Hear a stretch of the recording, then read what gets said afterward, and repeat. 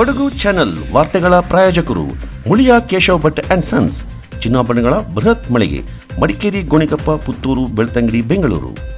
Sharada jewellers, ಕೊಡಗಿನ ಸಾಂಪ್ರದಾಯಿಕ ಆಭರಣಗಳ ಬೃಹತ್ ಮಳಿಗೆ, Aras road, Mysuru. A to Z super market, Vishwamanava double road, Kuvempu Nagar, Mysuru. SLV Promax, corn mix and corn products, Kushalnagar. Prashanth furnitures, ನಿಮ್ಮ ಅಂದದ ಮನೆಗೆ ಚಂದದ ಪೀಠೋಪಕರಣಗಳ ಮಳಿಗೆ, industrial area, Madikeri. Fabins family restaurant, ಬೆಕಾಚಿ resto cafe, always cell tower, ಕೊಯ್ದು ರಸ್ತೆ, ಮಡಿಕೇರಿ. ಕೊಡಗು ವೈದ್ಯಕೀಯ ವಿಜ್ಞಾನಗಳ ಸಂಸ್ಥೆ ಮಡಿಕೇರಿಯಲ್ಲಿ ಮೊದಲ ಬಾರಿಗೆ ಮೃತ ದಾನಿಯಿಂದ ಅಂಗಾಂಗ ಸಂಗ್ರಹಣೆ ಯಶಸ್ವಿಯಾಗಿ ನೆರವೇರಿದ್ದು ಕೊಡಗು ಜಿಲ್ಲೆಯ ವೈದ್ಯಕೀಯ ಇತಿಹಾಸದಲ್ಲಿ ಮಹತ್ವದ ಮೈಲುಗಲ್ಲಾಗಿದೆ. ಗೋಣಿಕೊಪ್ಪ ಸಮೀಪದ 60 ಗ್ರಾಮದ 46 ವರ್ಷದ ಡಾಲು ಅವರು ಅಪಘಾತದಲ್ಲಿ ತೀವ್ರ ತಲೆಗೆ ಗಾಯಗೊಂಡು ಕೊಡಗು ವೈದ್ಯಕೀಯ ವಿಜ್ಞಾನಗಳ ಸಂಸ್ಥೆ ಆಸ್ಪತ್ರೆಗೆ ದಾಖಲಾಗಿದ್ದರು. ಚಿಕಿತ್ಸೆ ಫಲಕಾರಿಯಾಗದೆ ವೈದ್ಯರು ಬ್ರೈನ್ ಸ್ಟೆಮ್ ಡೆತ್ ಶಂಕೆ ವ್ಯಕ್ತಪಡಿಸಿದರು. ಭಾರತೀಯ ಕಾನೂನು ಪ್ರಕಾರ 2 ಹಂತಗಳಲ್ಲಿ ವೈದ್ಯಕೀಯ ಸಮಿತಿಯಿಂದ ಪರೀಕ್ಷೆ ನಡೆಸಿ 48 ಗಂಟೆಗಳ ವೀಕ್ಷಣೆಯ ಬಳಿಕ ಬ್ರೈನ್ ಸ್ಟೆಮ್ ಡೆತ್ ಅಂತ ದೃಢಪಡಿಸಲಾಯಿತು. ಈ ಸಂದರ್ಭದಲ್ಲಿ ಡಾಲು ಅವರ ಪತ್ನಿ ರಾಜೇಶ್ವರಿ ಹಾಗೂ ಕುಟುಂಬ ಸದಸ್ಯರು ಮಹತ್ವದ ಮಾನವೀಯ ನಿರ್ಧಾರ ಕೈಗೊಂಡು ಅಂಗಾಂಗ ದಾನಕ್ಕೆ ಒಪ್ಪಿಗೆಯನ್ನ ನೀಡಿದರು.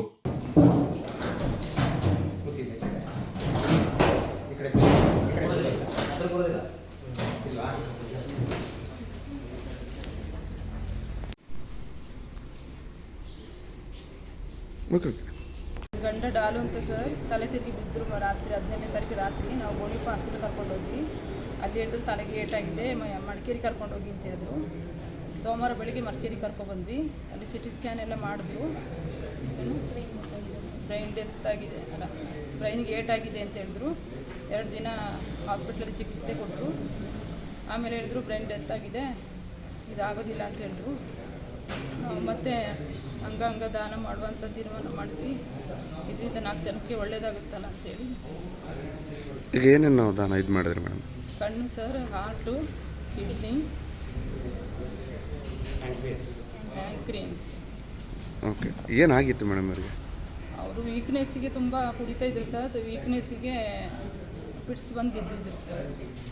ಇದ್ರ ಅಂಗಾಂಗ ದಾನ ಮಾಡೋದ್ರಿಂದ ಯಾವ ಥರ ಹೆಲ್ಪ್ ಆಗುತ್ತೆ ಬೇರೆಯವ್ರಿಗೆ ಅಂತ? ಜೀವದಾನ ಮಾಡಿದಾಗೆ ಹೆಲ್ಪ್ ಆಗ್ತದೆ. ತಮ್ಮ ಅವರು ಸತ್ರು, ಅವರ ನೆನಪಿರ್ತಿರಲ್ಲ. ತಮ್ಮ ಹೆಸರು? ರಾಜೇಶ್ವರಿ. ಡೀನ್ ಮತ್ತು ನಿರ್ದೇಶಕರಾದ ಡಾಕ್ಟರ್ ಲೋಕೇಶ್ ಏಜೆ, ಆಸ್ಪತ್ರೆ ಅಧೀಕ್ಷಕರಾದ ಡಾಕ್ಟರ್ ಸೋಮಶೇಖರ್ ಹಾಗೂ ಜಿಲ್ಲಾ ಶಸ್ತ್ರ ಚಿಕಿತ್ಸಕರಾದ ಡಾಕ್ಟರ್ ನಂಜುಂಡಯ್ಯ ಅವರ ನೇತೃತ್ವದಲ್ಲಿ ಕಾರ್ಯಾಚರಣೆ ನಡೆಯಿತು. 4 ದಿನದ ಹಿಂದೆಗಡೆ ಒಂದು 60 ಗ್ರಾಮದ ಕಡೆಯವರು ವಿರಾಜಪೇಟೆ ತಾಲೂಕಿಗೆ ಸೇರಿದಂಥವರು ಡಾಲು ಅಂತ ಪೇಷೆಂಟು 46 ವರ್ಷ. ಅವರು ಆಕಸ್ಮಿಕವಾಗಿ ಬಿದ್ದಿದ್ದಾರೆ ಅಂತ ಹೇಳ್ಬಿಟ್ಟು ಅವರ ಫ್ಯಾಮಿಲಿ ಮೆಂಬರ್ಸು ಕರ್ಕೊಬಂದರು. ಅವ್ರಿಗೆ ಅಡ್ಮಿಷನ್ ಮಾಡಿಕೊಂಡು ಪರೀಕ್ಷೆ ಮಾಡಿದಾಗ ತೀವ್ರತರವಾದ ತಲೆಗೆ ಪೆಟ್ಟಾಗಿತ್ತು, ರಕ್ತಸ್ರಾವವಾಗಿತ್ತು ಬ್ರೈನಲ್ಲಿ. ಸೊ ಅದರಿಂದ ಅವರು ಬ್ರೈನ್ ಡೆತ್ ಆಗೋ ಎಲ್ಲ ಲಕ್ಷಣಗಳು ಕಂಡು ಬಂದಿದ್ದರಿಂದ ನಮ್ಮ ಟೀಮು ಮತ್ತು ನಮ್ಮ ಅನಸ್ತೇಷಿಯಾ ವಿಭಾಗದಲ್ಲಿ ನೋಡ್ಕೊಳ್ತಾ ಇದ್ದಂಥ ಡಾಕ್ಟರ್ ನಿಶಿತ್ ಅವರು ಮತ್ತು ನಮ್ಮ ಡೀನ್ ಡೈರೆಕ್ಟರ್ ನೇತೃತ್ವದಲ್ಲಿ ಮತ್ತು MS ಅವರ ಸಹಭಾಗಿತ್ವದೊಂದಿಗೆ ಎಲ್ಲ ಸೇರಿಕೊಂಡು ಕೊಡಗಿನಲ್ಲಿ ಕೊಡಗು ವೈದ್ಯಕೀಯ ವಿಜ್ಞಾನ ಸಂಸ್ಥೆಯಲ್ಲಿ ಇಲ್ಲಿ ತನಕ ಯಾವುದೇ ರೀತಿಯಾದ ಅಂಗಾಂಗ ದಾನ ಆಗಿರಲಿಲ್ಲ. ಸೊ ಅದನ್ನು ಮಾಡಿದ್ರೆ ಜನಗಳಿಗೆ ತುಂಬ ಅನುಕೂಲ ಆಗುತ್ತೆ. ಜನಗಳಿಗೆ ಇದರಿಂದ ಮಾಹಿತಿ ಹೋಗುತ್ತೆ. ಜನಗಳು ಅಂಗಾಂಗ ದಾನ ಮಾಡಿದ್ರೆ ಎಷ್ಟೋ ಜೀವಗಳನ್ನು ಉಳಿಸ್ಬೋದು. ಅದು ಮುಂದೆ ಬರ್ತಾರೆ ಅನ್ನೋ ಒಂದು ದೃಷ್ಟಿಯಿಂದ ನಾವು ಅವರಿಗೆ ಮನವರಿಸಿಕೆ ಅದಕ್ಕೂ ಅವರು ಕೂಡ ಒಪ್ಕೊಂಡ್ರು. ನಾವು ಈ ಥರ ಮಾಡಿದ್ರೆ ನಮ್ಮ ಎಷ್ಟೋ ಜನಗಳಿಗೆ ಜೀವ ಉಳಿಸ್ಬೋದು ಮತ್ತು ಎಷ್ಟೋ ಜನಗಳಿಗೆ ಸಹಾಯ ಮಾಡ್ಬೋದು ಅನ್ನೋ ಒಂದು ಉದ್ದೇಶದಿಂದ ನಾವು ಮಾಡ್ತೀವಿ ಅಂತ ಹೇಳಿ ಒಪ್ಕೊಂಡ್ರು. ಆದ್ದರಿಂದ ನಾವು ಅದು ಒಪ್ಕೊಂಡಾದ್ಮೇಲೆ ಮತ್ತು ನಮ್ಮ ಏನು ಜೀವ ಸಾರ್ಥಕತೆ ಕರ್ನಾಟಕ ಸರ್ಕಾರದ ಒಂದು ಅಂಗಸಂಸ್ಥೆ ಏನಿದೆ ಅದಕ್ಕೆ ನಾವು ಇದ್ರ ಬಗ್ಗೆ ಮಾಹಿತಿಯನ್ನು ಕೊಟ್ಟಾದಮೇಲೆ ಅವರು ಎಲ್ಲೆಲ್ಲಿಗೆ ಯಾವ್ಯಾವ ಅಂಗಗಳನ್ನು ರಿಸೀವ್ ಮಾಡ್ಕೋಬೋದು, ತಲುಪಿಸ್ಬೋದು ಅನ್ನೋ ಥರದಲ್ಲಿ ಎಲ್ಲ ಅವರು ಪ್ರಚುರಿತಗೊಳಿಸಿದ್ರು. ಅದರ ಲೆಕ್ಕದಲ್ಲಿ ಅವರಿಗೆ ಕೆಲವೊಂದು ಅವರಿಗೆ ಹೃದಯ ಸ್ವಲ್ಪ ವೀಕ್ ಇದ್ದಿದ್ದರಿಂದ ಅದನ್ನು ಬೇರೆ ಕಡೆಗೆಲ್ಲೂ ಕೂಡ ಕಳಿಸ್ಲಿಕ್ಕಾಗಲಿಲ್ಲ. ಮತ್ತು ಕಿಡ್ನಿ ಮತ್ತು ಹೃದಯದ ಕವಾಟಗಳು ಮತ್ತು ಕಣ್ಣನ್ನು ನಾವು ರಿಟ್ರೈವ್ ಮಾಡಿಕೊಂಡು ಮೈಸೂರಿನಿಂದ ಬಂದಂಥ ವೈದ್ಯಕೀಯ ಟೀಮ್ಗಳು ಅದನ್ನು ತೊಗೊಂಡೋಗಿ ಅದನ್ನು ಕಸಿ ಮಾಡಲಿಕ್ಕೆ ಅದನ್ನು ತೊಗೊಂಡೋಗಿದ್ದಾರೆ.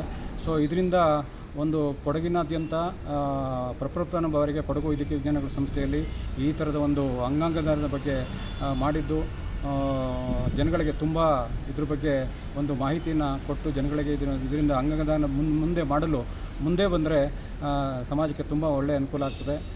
ಇದು ತುಂಬ ಸಹಕಾರಿಯಾಗ್ತದೆ ಅಂತ ಹೇಳ್ಬಿಟ್ಟು ನಾನು ಹೇಳಲಿಕ್ಕೆ ಬಯಸ್ತೇನೆ. ಎಷ್ಟು ಜನ ಡಾಕ್ಟರ್ಸ್ ಈ ಒಂದು ಟ್ರೀಟ್ಮೆಂಟ್ಲಿ ಇದು ಮಾಡಿದ್ರಿ ಸರ್? ನಾವು 4 ಜನ ಡಾಕ್ಟರ್ಸ್ಗಳು ಮೈಸೂರಿನಿಂದ ಬಂದಿದ್ದರು. ಮತ್ತು ಅದರ ಜೊತೆಗೆ ನಮ್ಮ ಇಲ್ಲಿ ಸರ್ಜರಿ ಡಿಪಾರ್ಟ್ಮೆಂಟಲ್ಲಿ, ಅನಸ್ತೇಷಿಯಾ ಡಿಪಾರ್ಟ್ಮೆಂಟಲ್ಲಿ ಮತ್ತು ನಮ್ಮ ಆಪ್ಥಾಲ್ಮಾಲಜಿ ಡಿಪಾರ್ಟ್ಮೆಂಟಲ್ಲಿ ಈ ಎಲ್ಲ ನಮ್ಮ ವೈದ್ಯಕೀಯ ತಂಡಗಳು ನಾವೆಲ್ಲರೂ ಕೂಡ ಅದಕ್ಕೆ ಸಹಕಾರಿಯಾಗಿ ನಿಂತ್ಕೊಂಡಿದ್ವಿ ನಾವು.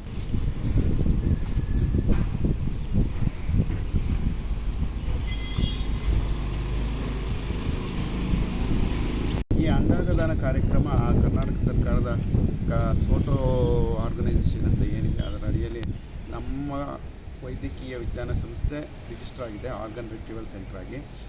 ಹಾಗಾಗಿ ಈಗ ನಿನ್ನೆ ಮನೆಯಿಂದ ಒಂದು ಪೇಷಂಟು ಹೆಡ್ ಇಂಜರಿ ಅಂತ ಹೇಳಿ ಬಂದು ಅಡ್ಮಿಟ್ ಆಗಿತ್ತು. ಅದರಲ್ಲಿ ಅವರನ್ನ ಕೌನ್ಸಿಲ್ ಮಾಡಿ ಅವರು ಅಂಗಾಂಗದಾನ ಮಾಡಲಿಕ್ಕೆ ಒಪ್ಪಿಸಿ ಯಾರು ನಮ್ಮ ಪ್ರೈಮರ್ಲಿ ನಮ್ಮ ಡಿಸೀಸ್ ಸರ್ಜನ್ ಅವರು, ನಮ್ಮ ನಿಶಿತ್ ಅವರು, ಅಂಗಾಂಗ ಅದ್ರ ಇನ್ಚಾರ್ಜ್ ಇರ್ತಕ್ಕಂಥವರು, ಅವರು ಗ್ರೇಟ್ ಎಫರ್ಟಿಂದ ಇದೊಂದು ಸಾಧ್ಯ ಆಗಿದೆ.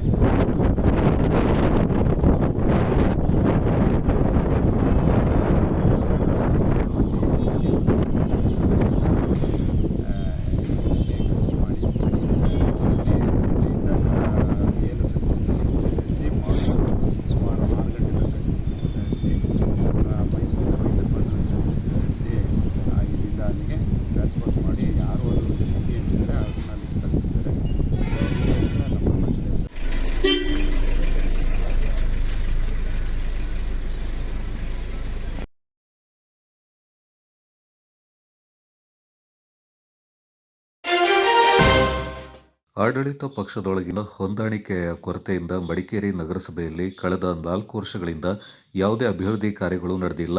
ಉತ್ತಮ ಆಡಳಿತದ ನಿರೀಕ್ಷೆಯಲ್ಲಿ ಬಹುಮತ ನೀಡಿದ ಜನರಿಗೆ ಬಿಜೆಪಿ ಮೋಸ ಮಾಡಿದೆ ಎಂದು ಮಡಿಕೇರಿ ನಗರ ಕಾಂಗ್ರೆಸ್ ಸಮಿತಿ ಅಧ್ಯಕ್ಷ ಎಎಸ್ ಪ್ರಕಾಶ್ ಆಚಾರ್ಯ ಆರೋಪಿಸಿದ್ದಾರೆ. ನಗರದಲ್ಲಿ ಸುದ್ದಿಗೋಷ್ಠಿಯಲ್ಲಿ ಮಾತನಾಡಿದವರು, ಮಳೆಗಾಲ ಸಮೀಪಿಸಿದ್ರೂ ನಗರಸಭೆಯಿಂದ ಯಾವುದೇ ಅಭಿವೃದ್ಧಿ ಕಾರ್ಯಗಳು ನಡೀತಾ ಇಲ್ಲ. ಮಡಿಕೇರಿ ಶಾಸಕರು 6.50 ಕೋಟಿ ರೂಪಾಯಿ ವಿಶೇಷ ಅನುದಾನವನ್ನು ತಂದಿದ್ದು, ಈ ಹಣದಿಂದ ಕಾಮಗಾರಿ ನಡೀತಾ ಇದೆ. ನಗರೋತ್ಥಾನದ ಕಾಮಗಾರಿಗಳು ಕೂಡ ಈಗಿನ ಶಾಸಕರ ಆಸಕ್ತಿಯಿಂದ ನಡೀತಾ ಇದೆ. ಶಾಸಕರು ನಗರದ ಅಭಿವೃದ್ಧಿಗೆ ಹೆಚ್ಚು ಆಸಕ್ತಿ ತೋರ್ತಾ ಇದ್ದಾರೆ. ಈ ಹಿಂದೆ ಇದ್ದ ಶಾಸಕರು ನಗರಸಭೆಗೆ ಯಾವುದೇ ವಿಶೇಷ ಅನುದಾನವನ್ನು ತಂದಿಲ್ಲವೆಂದು ಟೀಕಿಸಿದರು. ಜಲಜೀವನ್ ಮಿಷನ್ ಯೋಜನೆಯಿಂದ ಸಂಪೂರ್ಣವಾಗಿ ಹದಗೆಟ್ಟಿರುವ ರಸ್ತೆಗಳನ್ನು ಸರಿಪಡಿಸ್ತಾ ಇಲ್ಲ. ಬಹುತೇಕ ಎಲ್ಲ ರಸ್ತೆಗಳು ಗುಂಡಿಮಯವಾಗಿವೆ. ಕಸ ವಿಲೇವಾರಿ ಸಮರ್ಪಕವಾಗಿ ನಡೀತಾ ಇಲ್ಲ. ಸ್ಟೋನ್ ಹಿಲ್ ಭಾಗದಲ್ಲಿ ಕಸ ಹಾಕುವ ಬದಲು ಸುಬ್ರಹ್ಮಣ್ಯ ನಗರದ ಮೇಲ್ಭಾಗದಲ್ಲಿ ಸುರಿಯಲಾಗ್ತಾ ಇದೆ. ನಗರದಲ್ಲಿ ಬೀದಿ ನಾಯಿಗಳ ಹಾವಳಿ ಮಿತಿ ಮೀರಿದೆ. ಕಳೆದ 4 ವರ್ಷಗಳಿಂದ ನಗರದ ನಿವೇಶನ ರಹಿತರಿಗೆ ನಿವೇಶನ ನೀಡಿಲ್ಲ. ನಗರಸಭೆಯ ಕಚೇರಿಯಲ್ಲಿ ಫಾರಂ ನಂಬರ್ 3 ಸೇರಿದಂತೆ ಯಾವುದೇ ಅರ್ಜಿಗಳು ವಿಲೇವಾರಿಯಾಗ್ತಾ ಇಲ್ಲ. ಇದರಿಂದ ಸಾರ್ವಜನಿಕರು ಕಷ್ಟ ಅನುಭವಿಸ್ತಾ ಇದ್ದಾರೆ ಎಂದರು. ಆಡಳಿತ ನಡೆಸ್ತಾ ಇರುವವರು ಹಾಗೂ ಅಧಿಕಾರಿಗಳ ನಡುವೆ ಹೊಂದಾಣಿಕೆಯ ಕೊರತೆ ಇದೆ ಎಂದು ಪ್ರಕಾಶ್ ಆಚಾರ್ಯ ಆರೋಪಿಸಿದರು. ಕಳೆದ 4 ವರ್ಷಗಳ ಬಿಜೆಪಿ ಆಡಳಿತದ ವೈಫಲ್ಯವನ್ನು ಖಂಡಿಸಿ ಮತ್ತು ಅಭಿವೃದ್ಧಿ ಕಾರ್ಯಗಳನ್ನು ಶೀಘ್ರ ಆರಂಭಿಸುವಂತೆ ಒತ್ತಾಯಿಸಿ ಮೇ 26ರಂದು ಬೆಳಗ್ಗೆ 11 ಗಂಟೆಗೆ ನಗರ ಕಾಂಗ್ರೆಸ್ ಸಮಿತಿ ವತಿಯಿಂದ ನಗರಸಭೆ ಎದುರು ಪ್ರತಿಭಟನೆಯನ್ನು ನಡೆಸಲಾಗುತ್ತೆ ಎಂದರು. ನಾವು ಮಡಿಕೇರಿ ನಗರದ 2ನೇ ಅವಧಿ ಇವತ್ತು. ಮೊದಲನೇ ಅವಧಿಯಲ್ಲಿ ಏನು ಅನಿತಪ್ಪ ಅವರ ಅಧ್ಯಕ್ಷತೆಯಲ್ಲಿ ಕಂಪ್ಲೀಟ್ ಮನೆಯೊಂದು 3 ಬಾಗಿಲು ಅಂತ ಹೇಳುವ ರೀತಿಯಲ್ಲಿ ನಗರಸಭೆ ಕಂಪ್ಲೀಟ್ ಹಾಳಾಗಿ ಹೋಗಿತ್ತು. 2ನೇ ಅವಧಿಯಲ್ಲೂ ಒಂದು ಒಳ್ಳೆ ಆಡಳಿತ ಕೊಡ್ತಾರೆ ಅಂತ ಹೇಳುವಂಥ ನಿರೀಕ್ಷೆ ಮಡಿಕೇರಿ ಜನತೆಯಲ್ಲಿತ್ತು. ಆದರೆ ಅದು ವೈಫಲ್ಯ. ಅವರ ಆಡಳಿತ ಕೊನೆಗಾಲ ಬರ್ತಾ ಇದೆ. ನಾವು ಮಡಿಕೇರಿ ಜನರು ಭಾರಿ ವಿದ್ಯಾವಂತರು, ಬುದ್ಧಿವಂತರು. ಕಳೆದ ಬಾರಿ 5 ವರ್ಷದ ಹಿಂದೆ ಅವರನ್ನು ನಮ್ಮ ನಗರಸಭೆಗೆ ಬಿಜೆಪಿನ ಆಡಳಿತ ಕೊಡಬೇಕು ಅಂತೇಳಿ ಭಾರಿ ಒಂದು ನಿರೀಕ್ಷೆಯಲ್ಲಿ ಅವರನ್ನ ಬಹುಮತದಿಂದ ಆಯ್ಕೆ ಮಾಡಿದರು. ಆದರೆ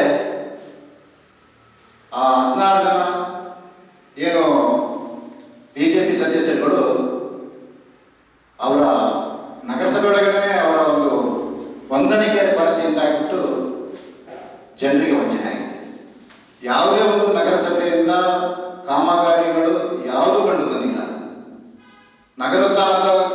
ಕೆಲಸಗಳು ಅದರಲ್ಲೂ ಅವರು ವಿಳಂಬ ಧೋರಣೆ ತೋರಿಸಿದರು.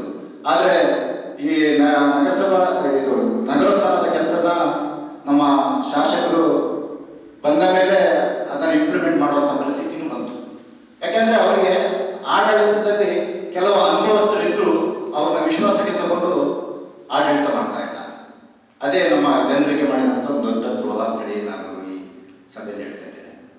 ಮತ್ತು ಇನ್ನು ಅವರ ಕೊನೆಯ ಅವಧಿ, ಮಳೆಗಾಲ ಶುರುವಾಗ್ತಾ ಇದೆ, ಯಾವುದೇ ಒಂದು ತೋಡುಗಳು ಕ್ಲೀನ್ ಆಗಲಿಲ್ಲ, ಕೋಲ್ಚರಂಡಿಗಳಾಗಲಿಲ್ಲ, ಗಿಡಗಂಟೆಗಳನ್ನ ತೆಗೆದಿಲ್ಲ, ಯಾವ ಕೆಲಸಗಳು ಆಗಲಿಲ್ಲ. ಮೊನ್ನೆ ನಾನು ಅಧ್ಯಕ್ಷ ಕೇಳುವಾಗ ಅದು ಟೆಂಡರ್ ಆಗಿದೆ ಅಂತ ಹೇಳ್ತಾರೆ. ಇನ್ನು ಯಾವಾಗ ಮಾಡೋದು? ಮಳೆ ಬಂದ ಮೇಲೆ ಮಾಡೋದ? ಮಳೆಯಲ್ಲಿ ಮಾಡಲಿಕ್ಕಾಗ್ತದ? ಇಲ್ಲ, ಅದು ಆಗಲ್ಲ.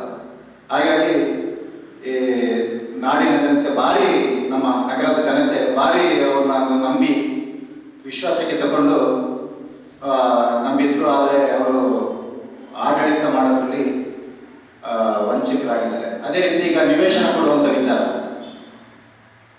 5 ವರ್ಷ ಆಡಳಿತದಲ್ಲಿ ಮಡಿಕೇರಿ ನಗರದಲ್ಲಿ ಯಾವುದಾದ್ರು ಒಂದು ನಿವೇಶನ ಕೊಡುವಂಥ ಒಂದು ಇದನ್ನ ಅವರು ಅಳವಡಿಸ್ಕೊಳ್ಬೇಕಿತ್ತು. ನಗರದ ಅಲ್ಲಿನ ಅಧ್ಯಕ್ಷಗಳು, ಅವರ ಸಮಿತಿ, ಅವರು ಯಾವುದೇ ಒಂದು ಸಭೆಗಳು ನಡೆಸ್ತಾ ಇಲ್ಲ, ಯಾವುದೋ ಒಂದು ಕೆಲಸ ಕಾರ್ಯಗಳು ನಡೆಯದೆ ಜನರಿಗೆ ಮೋಸ ಮಾಡಿದ್ದಾರೆ ಅಂತೇಳಿ ನಾನು ಇದರಲ್ಲಿ ಹೇಳ್ತಾ ಇದ್ದೇನೆ.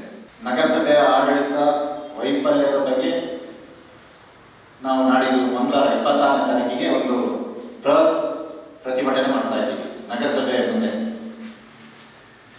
ಅದಕ್ಕೆ ಸಾರ್ವಜನಿಕ, ನಾವು ಕಾಂಗ್ರೆಸ್ ಪಕ್ಷದ ಒಂದು ಅಡಿಯಲ್ಲಿ ಇದನ್ನು ಪ್ರತಿಭಟನೆ ಮಾಡ್ತಾ ಇದ್ದೀವಿ. ನಾಡಿನ ಜನತೆಗೆ, ಮಡಿಕೇರಿ ನಗರದ ಜನತೆಗೆ ಆ ದಿನ ಅವರ ಕೆಲಸ ಕಾರ್ಯಗಳಾಗದೇ ಇರುವಂಥದ್ದಾಗಲಿ, ಕಡತ ಇಳುವರಿ ಆಗುವಂಥದ್ದಾಗಿರಲಿ, ಅಥವಾ ನಿವೇಶನ ವಂಚಿತರು ಆಗಿರಲಿ, ಅವರಿಗೆಲ್ಲ ನಾಡಿನ ನಮ್ಮ ಪ್ರತಿಭಟನೆಯಲ್ಲಿ ಸೇರಿಕೊಂಡು ಅವರು ನ್ಯಾಯ ಒದಗಿಸಿಕೊಳ್ಳಲಿಕ್ಕೆ ಅವರ ಮತ್ತು ಬರುವುದು ಅಂತೇಳಿ ನಾನು ಮೊದಲನೇದಾಗಿ ಪತ್ರಿಕೆ ಮೂಲಕ ಹೇಳ್ತಾ ಇದ್ದೇನೆ. ಗೋಷ್ಠಿಯಲ್ಲಿ ಕಾಂಗ್ರೆಸ್ ಉಪ ಪ್ರಧಾನ ಕಾರ್ಯದರ್ಶಿ ಕೋಚನ ಚೇತನ್, ಉಪಾಧ್ಯಕ್ಷರಾದ ಸದಾ ಮುದ್ದಪ್ಪ, ಮುನೀರ್ ಮಾಚಾರ್, ಪ್ರಮುಖರಾದ ಮಿನಾಜ್, ಪ್ರವೀಣ್ ಹಾಗೂ ಎಚ್.ಎಸ್. ಗೋಪಿನಾಥ್ ಪಾಲ್ಗೊಂಡಿದ್ದರು. ಚುನಾವಣೆ ಸಂದರ್ಭ ಭರವಸೆ ನೀಡಿ ಗೆದ್ದ ಬಳಿಕ ಗ್ರಾಮಕ್ಕೆ ಭೇಟಿ ನೀಡಿ ಜನರ ಸಮಸ್ಯೆಗಳಿಗೆ ಸ್ಪಂದಿಸುವ ಮೂಲಕ ಅಂದಾಜು 7 ಕೋಟಿ ರೂಪಾಯಿ ವೆಚ್ಚದ ಅಭಿವೃದ್ಧಿ ಕಾಮಗಾರಿ ಯೋಜನೆಗಳನ್ನು ಗ್ರಾಮಕ್ಕೆ ನೀಡಿ ನುಡಿದಂತೆ ನಡೆದುಕೊಂಡ ಕ್ಷೇತ್ರದ ಶಾಸಕ ಮಂತ್ರಗೌಡ ಅವರ ಜನಪರ ಕಾಳಜಿಗೆ ನೆಲ್ಲಿಹುದಿಕೇರಿ ಸುತ್ತಮುತ್ತಲ ನಿವಾಸಿಗಳು ಶಾಸಕರನ್ನ ಅದ್ದೂರಿಯಾಗಿ ಬರಮಾಡಿಕೊಂಡು ವಿಶೇಷವಾಗಿ ಸನ್ಮಾನಿಸಿ ಗೌರವಿಸಿದರು.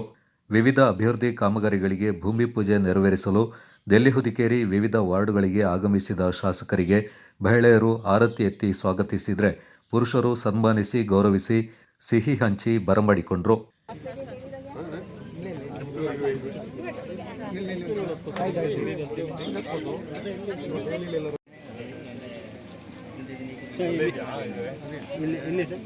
ಆಯ್ತು, ಪೂಜೆಯಲ್ಲಿ ಎಲ್ಲ ಮಕ್ಕಳೆಲ್ಲ ಬನ್ನಿ.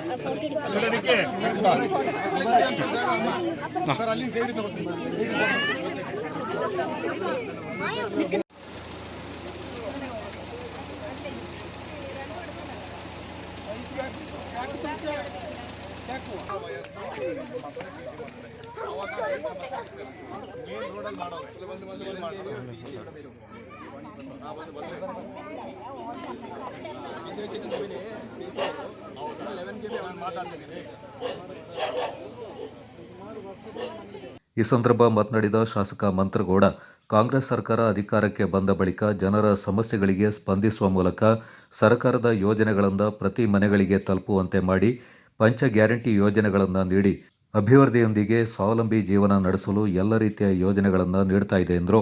ಅನುಕೂಲ ಆಗುತ್ತೆ. ದಯವಿಟ್ಟು ಎಷ್ಟು ಅಗಲ ಮಾಡೋಕ್ಕೆ ಅವಕಾಶ ಇದೆ ಈ 15 ಲಕ್ಷ ರೂಪಾಯಿ ವೆಚ್ಚದಲ್ಲಿ ಮಾಡಿ. ಇಲ್ಲಾಂದ್ರೆ ಏನಾಗುತ್ತೆ, ನನಗೆ ಬೈಬೇಡಿ. ನಾಳೆ ಲಾಸ್ಟ್ ಟೈಮ್ ಹಿಂಗೆ ಮಾತಾಡಿದೆ, ಜ್ಞಾಪಕ ಇದೆಯಾ? ಒಂದು ಮಾತು ಕೊಟ್ಟಕ್ಕಾಗೆ ನಾನು ಮಾತಾಡಿದೆ. ನೀನೇ ನಾನು ಬೈತಿದ್ದೆ ಆ ವಿಚಾರ ಅಲ್ಲ, ಪ್ರೀತಿಗೆ. ಅದಕ್ಕೋಸ್ಕರ ನಾನು ಈ ಸರಿ 15 ಲಕ್ಷ ರೂಪಾಯಿ ನಿಮ್ಗೆ ಕೊಟ್ಟಿದ್ದೀನಿ. 15 ಲಕ್ಷ ರೂಪಾಯಿ ಆದಮೇಲೆ ಇನ್ನೊಂದ್ಸಲಿ ಕಂಪ್ಲೀಷನ್ಗೆ ಡಬಲ್ ಆಗಿ ಕೊಡ್ಸೋಕ್ಕೆ ನಾನು ಜವಾಬ್ದಾರಿ ತೋತೀನಿ. ನಿಂತ್ಕೊಂಡು ಕ್ಲೀನಾಗಿ ಮಾಡಿಸಿ, ಏನು ಕ್ಯೂರಿಂಗ್ ಗೀರಿಂಗ್ ಇದೆ ನಿಮ್ಮ ಮನೆ ಮುಂದೆ ನೀವೇ ಮಾಡ್ಕೊಳ್ಳಿ, ಆಯ್ತಾ? ಆಮೇಲೆ ದಯವಿಟ್ಟು ಕ್ಲೀನಾಗಿ ಅವ್ನು ಕೆಲಸ ಮಾಡ್ತಾನೋ ಇಲ್ವೋ ಮಾಡಿಸಿ. ಇಲ್ಲ ಅಂದರೆ ನನಗೆ ಹೇಳಿ, ಅರ್ಥ ಆಯ್ತಾ? ಹಾಂ. ಗ್ರಾಮ ಪಂಚಾಯತ್ನ ಮಾಜಿ ಅಧ್ಯಕ್ಷ ಸಾಬು ವರ್ಗೀಸ್, ಕುಶಾಲನಗರ ತಾಲೂಕು ಗ್ಯಾರಂಟಿ ಅನುಷ್ಠಾನ ಸಮಿತಿ ಅಧ್ಯಕ್ಷ ವಿಪಿ ಶಶಿಧರ್, ಗ್ರಾಮ ಪಂಚಾಯತ್ನ ಮಾಜಿ ಅಧ್ಯಕ್ಷರಾದ ಎಕೆ ಹಕೀಂ, ಧನಲಕ್ಷ್ಮಿ, ಅಲ್ಪಸಂಖ್ಯಾತ ಘಟಕದ ಪ್ರಧಾನ ಕಾರ್ಯದರ್ಶಿ ಕೆಎಂ ಸೈಯದ್ ಬಾವ, ಅಭಿವೃದ್ಧಿ ಅಧಿಕಾರಿ ನಂಜುಂಡಸ್ವಾಮಿ, ಚೆಸ್ಕಾಂ ಇಲಾಖೆಯ ಮಂಜುನಾಥ್, ಜಿಲ್ಲಾ ಪಂಚಾಯತ್ನ ಮಾಜಿ ಸದಸ್ಯೆ ಸುನೀತಾ ಮಂಜುನಾಥ್, ಕಾಂಗ್ರೆಸ್ ಜಿಲ್ಲಾ ಸಮಿತಿ ಸದಸ್ಯ ಕೆಎಂ ಬಶೀರ್ ಮತ್ತಿತರ ಪ್ರಮುಖರು ಈ ಸಂದರ್ಭ ಪಾಲ್ಗೊಂಡಿದ್ದರು.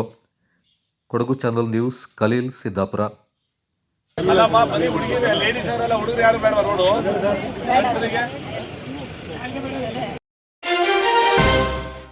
ಕೊಡಗು ವೈದ್ಯಕೀಯ ವಿಜ್ಞಾನಗಳ ಸಂಸ್ಥೆ ಮಡಿಕೇರಿಯಲ್ಲಿ ಮೊದಲ ಬಾರಿಗೆ ಮೃತ ದಾನಿಯಿಂದ ಅಂಗಾಂಗ ಸಂಗ್ರಹಣೆ ಯಶಸ್ವಿಯಾಗಿ ನೆರವೇರಿದ್ದು, ಕೊಡಗು ಜಿಲ್ಲೆಯ ವೈದ್ಯಕೀಯ ಇತಿಹಾಸದಲ್ಲಿ ಮಹತ್ವದ ಮೈಲುಗಲ್ಲಾಗಿದೆ.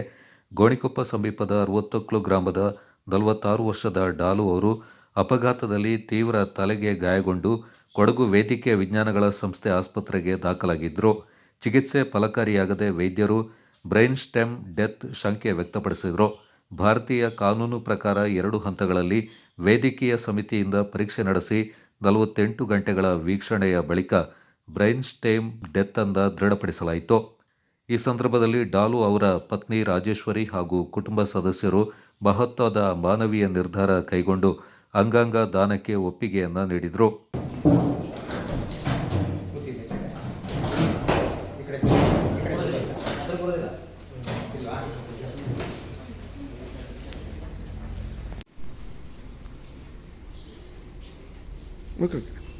ಗಂಡ ಡಾಲು ಅಂತ ಸರ್, ತಲೆ ತಿರುಗಿ ಬಿದ್ದರು. ರಾತ್ರಿ 15ನೇ ತಾರೀಕು ರಾತ್ರಿ ನಾವು ಗೋಣಿಪ್ಪ ಹಾಸ್ಪಿಟಲ್ ಕರ್ಕೊಂಡೋಗಿ, ಅಲ್ಲಿ ಹೇಳಿದ್ರು ತಲೆಗೆ ಏಟಾಗಿದೆ, ಮಡಿಕೇರಿ ಕರ್ಕೊಂಡೋಗಿ ಅಂತ ಹೇಳಿದ್ರು.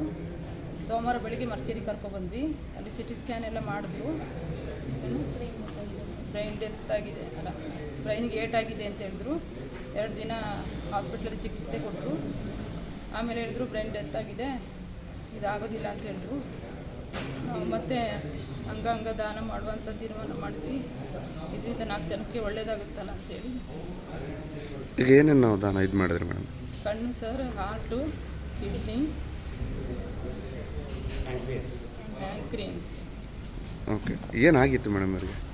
ಅವರು ವೀಕ್ನೆಸ್ಸಿಗೆ ತುಂಬ ಕುಡಿತಾ ಇದ್ರು ಸರ್. ವೀಕ್ನೆಸ್ಸಿಗೆ ಪಿಟ್ಸ್ ಬಂದು ಬಿದ್ದಿದ್ರು ಸರ್. ಇದ್ರ ಅಂಗಾಂಗ ದಾನ ಮಾಡೋದ್ರಿಂದ ಯಾವ ಥರ ಹೆಲ್ಪ್ ಆಗುತ್ತೆ ಬೇರೆಯವ್ರಿಗೆ ಅಂತ?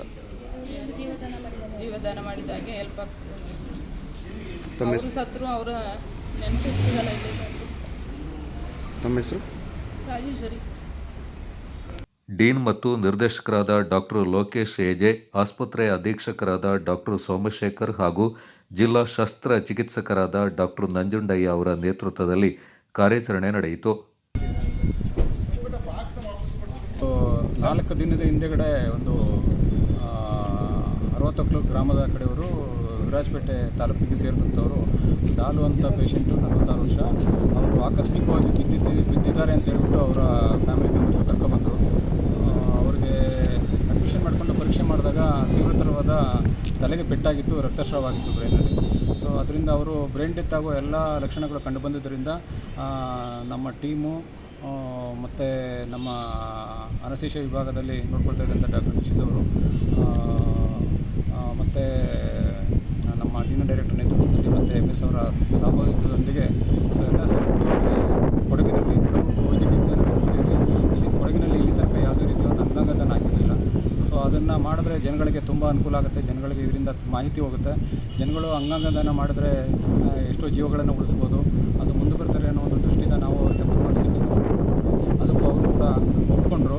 ನಾವು ಈ ಥರ ಮಾಡಿದ್ರೆ ನಮ್ಮ ಎಷ್ಟೋ ಜನಗಳಿಗೆ ಜೀವ ಉಳಿಸ್ಬೋದು ಮತ್ತು ಎಷ್ಟೋ ಜನಗಳಿಗೆ ಸಹಾಯ ಮಾಡ್ಬೋದು ಅನ್ನೋ ಒಂದು ಉದ್ದೇಶದಿಂದ ನಾವು ಮಾಡ್ತೀವಿ ಅಂತ ಹೇಳಿ ಒಪ್ಕೊಂಡ್ರು. ಆದ್ದರಿಂದ ನಾವು ಅದು ಒಪ್ಕೊಂಡಾದ್ಮೇಲೆ ಮತ್ತು ನಮ್ಮ ಏನು ಜೀವ ಸಾರ್ಥಕತೆ ಕರ್ನಾಟಕ ಸರ್ಕಾರದ ಒಂದು ಅಂಗಸಂಸ್ಥೆ ಏನಿದೆ ಅದಕ್ಕೆ ನಾವು ಇದ್ರ ಬಗ್ಗೆ ಮಾಹಿತಿಯನ್ನು ಕೊಟ್ವಿ. ಮಾಹಿತಿಯನ್ನು ಕೊಟ್ಟಾದಮೇಲೆ ಅವರು ಎಲ್ಲೆಲ್ಲಿಗೆ ಯಾವ್ಯಾವ ಅಂಗಗಳನ್ನು ರಿಸೀವ್ ಮಾಡ್ಕೋಬೋದು, ತಲುಪಿಸ್ಬೋದು ಅನ್ನೋ ಥರದಲ್ಲಿ ಎಲ್ಲ ಅವರು ಪ್ರಚಲಿತಗೊಳಿಸಿದ್ರು. ಅದರ ಲೆಕ್ಕದಲ್ಲಿ ಅವರಿಗೆ ಕೆಲವೊಂದು ಅವರಿಗೆ ಹೃದಯ ಸ್ವಲ್ಪ ವೀಕ್ ಇದ್ದಿದ್ದರಿಂದ ಅದನ್ನು ಬೇರೆ ಕಡೆಗೆಲ್ಲೂ ಕೂಡ ಕಳಿಸ್ಲಿಕ್ಕಾಗಲಿಲ್ಲ.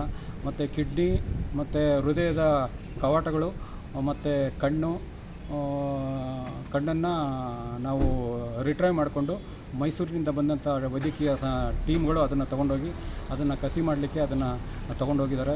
ಸೊ ಇದರಿಂದ ಒಂದು ಕೊಡಗಿನಾದ್ಯಂತ ಪ್ರಪ್ರಥಮ ಬಾರಿಗೆ ಕೊಡಗು ವೈದ್ಯಕೀಯ ವಿಜ್ಞಾನಗಳ ಸಂಸ್ಥೆಯಲ್ಲಿ ಈ ಥರದ ಒಂದು ಅಂಗಾಂಗದಾನದ ಬಗ್ಗೆ ಮಾಡಿದ್ದು ಜನಗಳಿಗೆ ತುಂಬ ಇದ್ರ ಬಗ್ಗೆ ಒಂದು ಮಾಹಿತಿಯನ್ನು ಕೊಟ್ಟು ಜನಗಳಿಗೆ ಇದರಿಂದ ಅಂಗಾಂಗದಾನ ಮುಂದೆ ಮಾಡಲು ಮುಂದೆ ಬಂದರೆ ಸಮಾಜಕ್ಕೆ ತುಂಬ ಒಳ್ಳೆಯ ಅನುಕೂಲ ಆಗ್ತದೆ.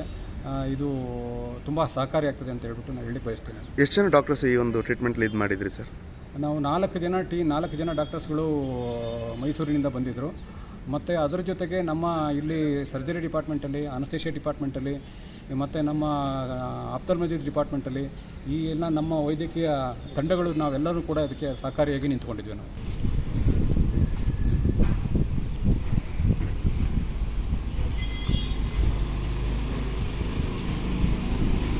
ಈ ಅಂಗಾಂಗದಾನ ಕಾರ್ಯಕ್ರಮ ಕರ್ನಾಟಕ ಸರ್ಕಾರದ ಸೋಟೋ ಆರ್ಗನೈಸೇಷನ್ ಅಂತ ಏನಿದೆ ಅದರ ಅಡಿಯಲ್ಲಿ ನಮ್ಮ ವೈದ್ಯಕೀಯ ವಿಜ್ಞಾನ ಸಂಸ್ಥೆ ರಿಜಿಸ್ಟರ್ ಆಗಿದೆ ಆರ್ಗನ್ ರಿಟ್ರೀವಲ್ ಸೆಂಟರ್ ಆಗಿ.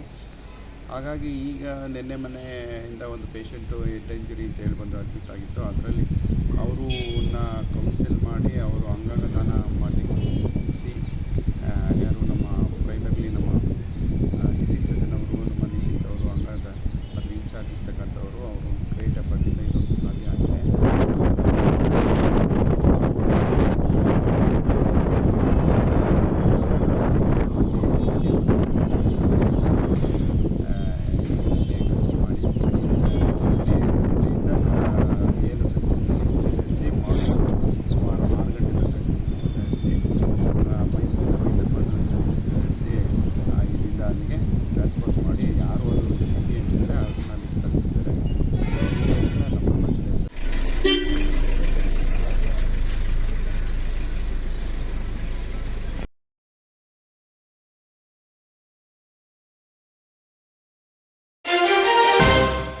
ಸಾಮಾಜಿಕ ಜಾಲತಾಣದ ಗುಂಪೊಂದರ ಪ್ರಮುಖರೊಬ್ಬರು ಜನಪ್ರತಿನಿಧಿಗಳ ವಿರುದ್ಧ ಸುಳ್ಳು ಆರೋಪಗಳನ್ನು ಮಾಡಿ ಅಶಾಂತಿ ಸೃಷ್ಟಿಗೆ ಯತ್ನಿಸ್ತಾ ಇದ್ದಾರೆಂದು ಆರೋಪಿಸಿ ಮಡಿಕೇರಿ ನಗರಸಭೆಯ ಸರ್ವ ಪಕ್ಷಗಳ ಸದಸ್ಯರು ಜಿಲ್ಲಾ ಪೊಲೀಸ್ ವರಿಷ್ಠಾಧಿಕಾರಿಗಳಿಗೆ ದೂರು ಸಲ್ಲಿಸಿದ್ದಾರೆ.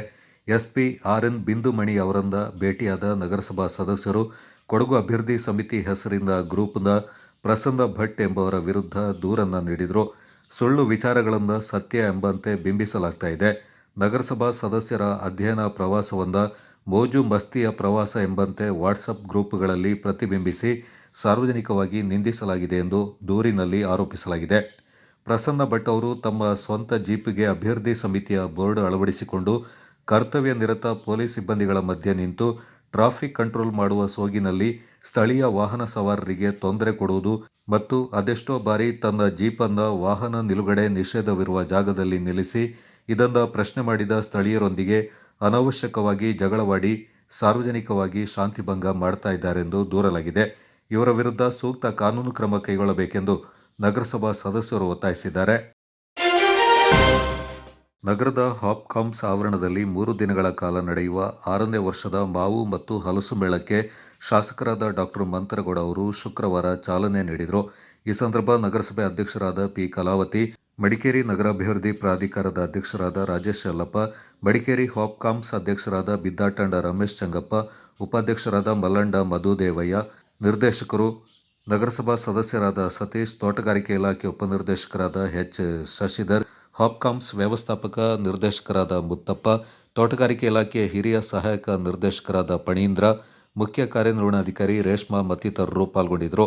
ಮಾವು ಮೇಳಕ್ಕೆ ಚಾಲನೆ ನೀಡುವ ಸಂದರ್ಭದಲ್ಲಿ ವಿವಿಧ ಮಾವು ಹಣ್ಣಿನ ಮಹತ್ವದ ಕುರಿತು ಮಾಹಿತಿ ಪಡ್ಕೊಂಡ ಶಾಸಕರು ಬಾದಾಮಿ, ಇಮಾಮ್ ಪಸಂದ್, ಅಲ್ಫಾನ್ಸೋ, ಕೇಸರ್, ದಶೇರಿ, ಮಲ್ಲಿಕಾ, ಮಲ್ಗೋವಾ, ಸಕ್ಕರೆಗುತ್ತಿ, ರುಮಾನಿ, ಮಿಠಾಯಿ ಮಾವು, ಉಪ್ಪಿನಕಾಯಿ ಮಾವು ಹೀಗೆ ಹಲವು ರೀತಿಯ ಮಾವುಗಳ ಬಗ್ಗೆ ಮಾಹಿತಿಯನ್ನು ಪಡ್ಕೊಂಡು ಮೆಚ್ಚುಗೆ ವ್ಯಕ್ತಪಡಿಸಿದರು.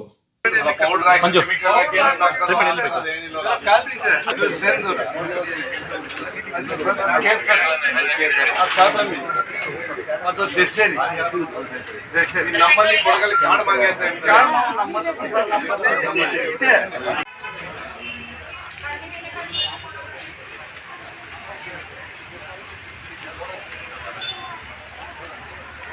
ನಮಗಿಂತ ಮುಂಚೆ ನಿಮಗೆ ಬಂದು ತಲುಪ್ತಾರಲ್ಲ, ಯಾಕೆ ಸುಮ್ಮನೆ ಇಲ್ಲಿ ನಾವು ಬೇಡ ಅವಾಗ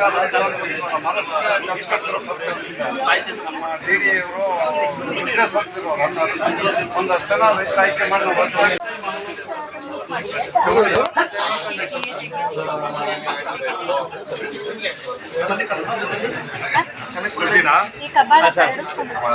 ವೆರಿ ಗುಡ್. ಏನ್ ಮಾತಾಡ್ದೆ ಪುಟ್ಟ?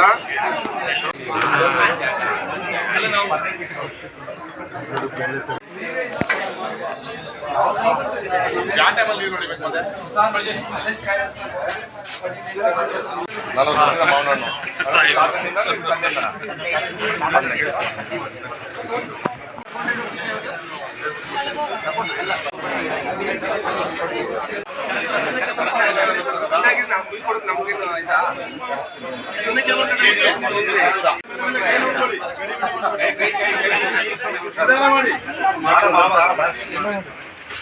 ತಗೊಂಡ್ರೆ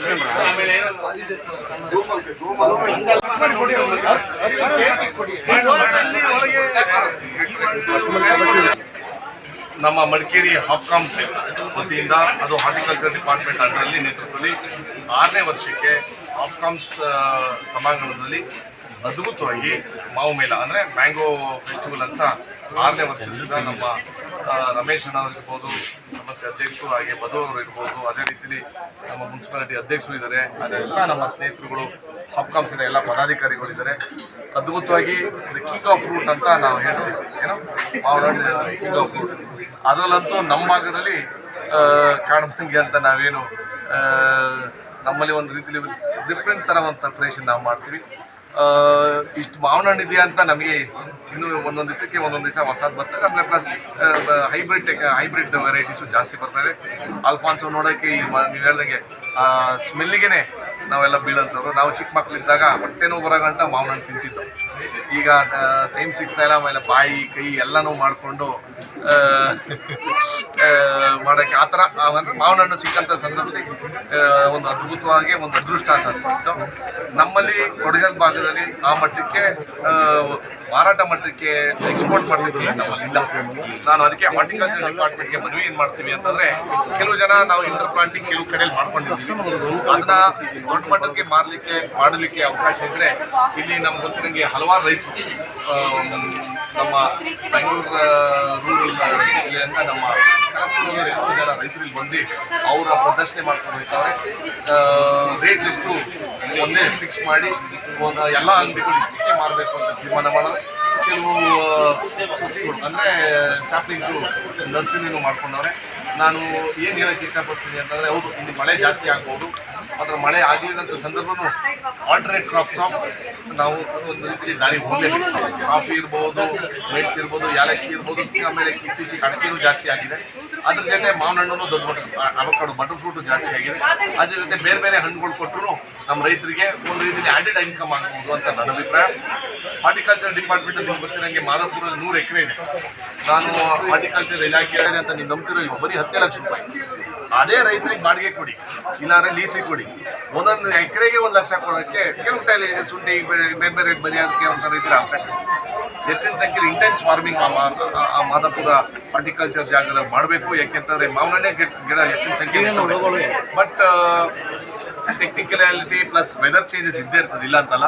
ನಮ್ಮ ರೈತರಿಗೆ ಪ್ಲಸ್ ನಮ್ಮ ಈ ಭಾಗದ ಎಲ್ಲ ರೈತರಿಗೆ ಒಂದು ಆಲ್ಟರ್ನೇಟ್ ಕ್ರಾಪ್ ಆಗಿ ಮಾವಿನ ಹಣ್ಣನ್ನ ಉಪಯೋಗಿಸ್ಕೋಬೋದು ಅಂತ ನನ್ನ ಅಭಿಪ್ರಾಯ. ಇವತ್ತು ನೀವು ಹೇಳಿದಂಗೆ ಬೇಸಿಗೆಯಲ್ಲಿ ಆ ಮಟ್ಟಕ್ಕೆ ಮಳೆ ಬಂದಿರಲಿಲ್ಲ, ಹೆಚ್ಚಿನ ಸಂಖ್ಯೆಯಲ್ಲಿ ಹಣ್ಣು ಪ್ಲಸ್ ಹೂವು ಬಿಟ್ಟಿದೆ. ಆ ವಿಚಾರದಲ್ಲಿ ಮಾವಿನ ಹಣ್ಣು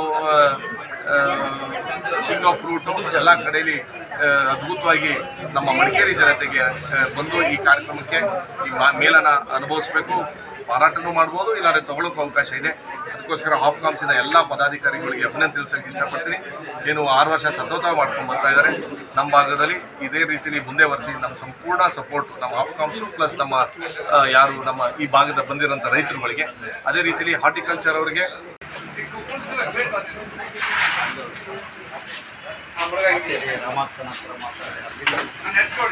3 ಗಂಟೆಗೆ ನಾನು ಅಲ್ಲೇ ರೆಡಿ ನಮ್ಮ ಬರಲಿ.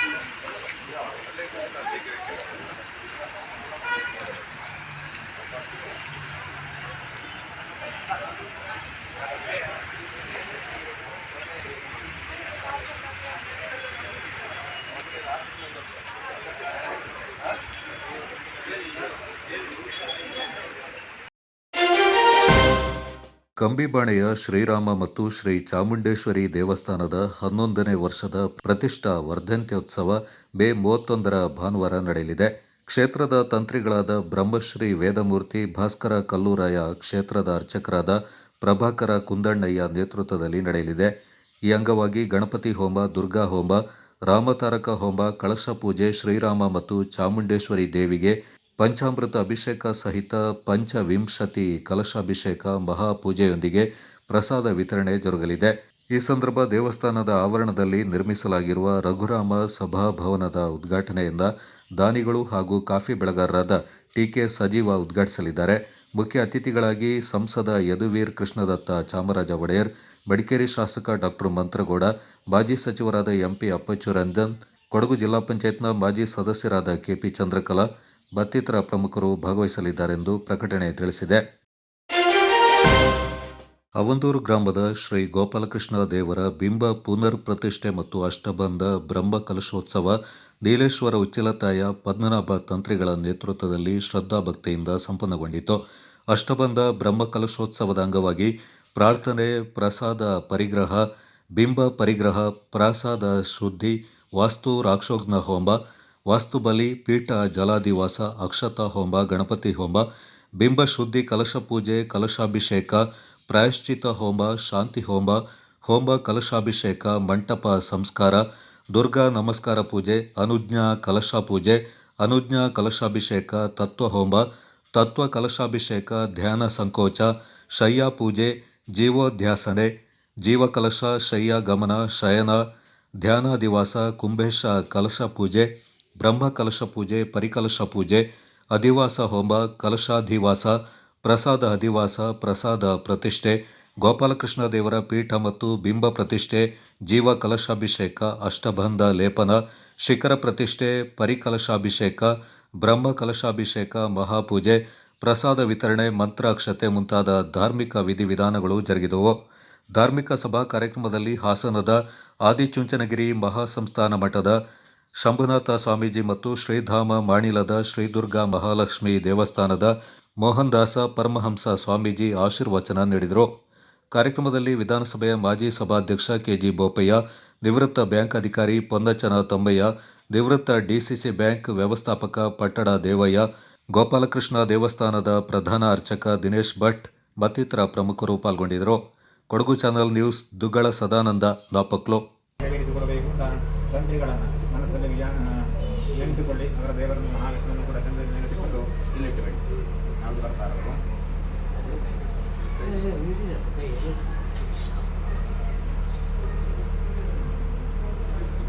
ಇದನ್ನ ತಂತ್ರಿ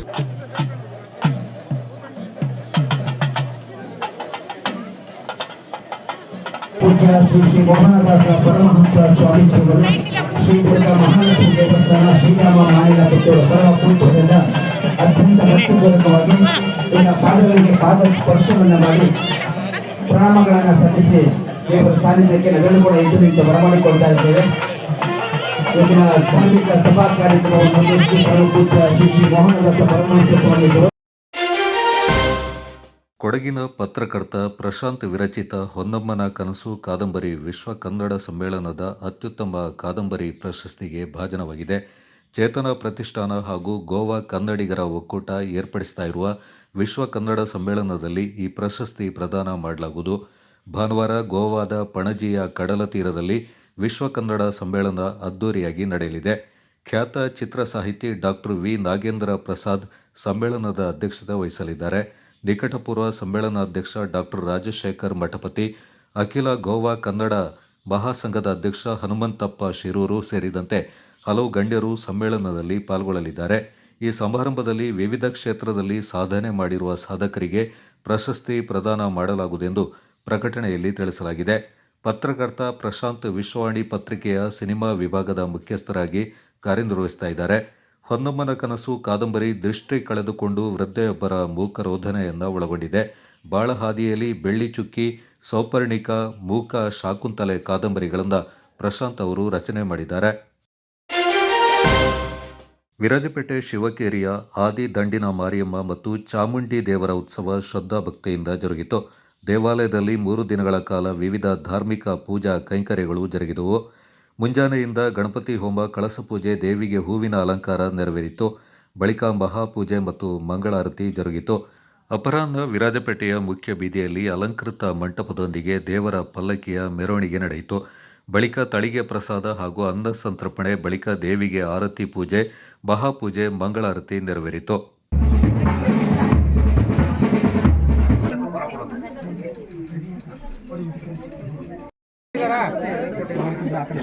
ವಸಂತ ಸಂಕ್ರಾಂತಿ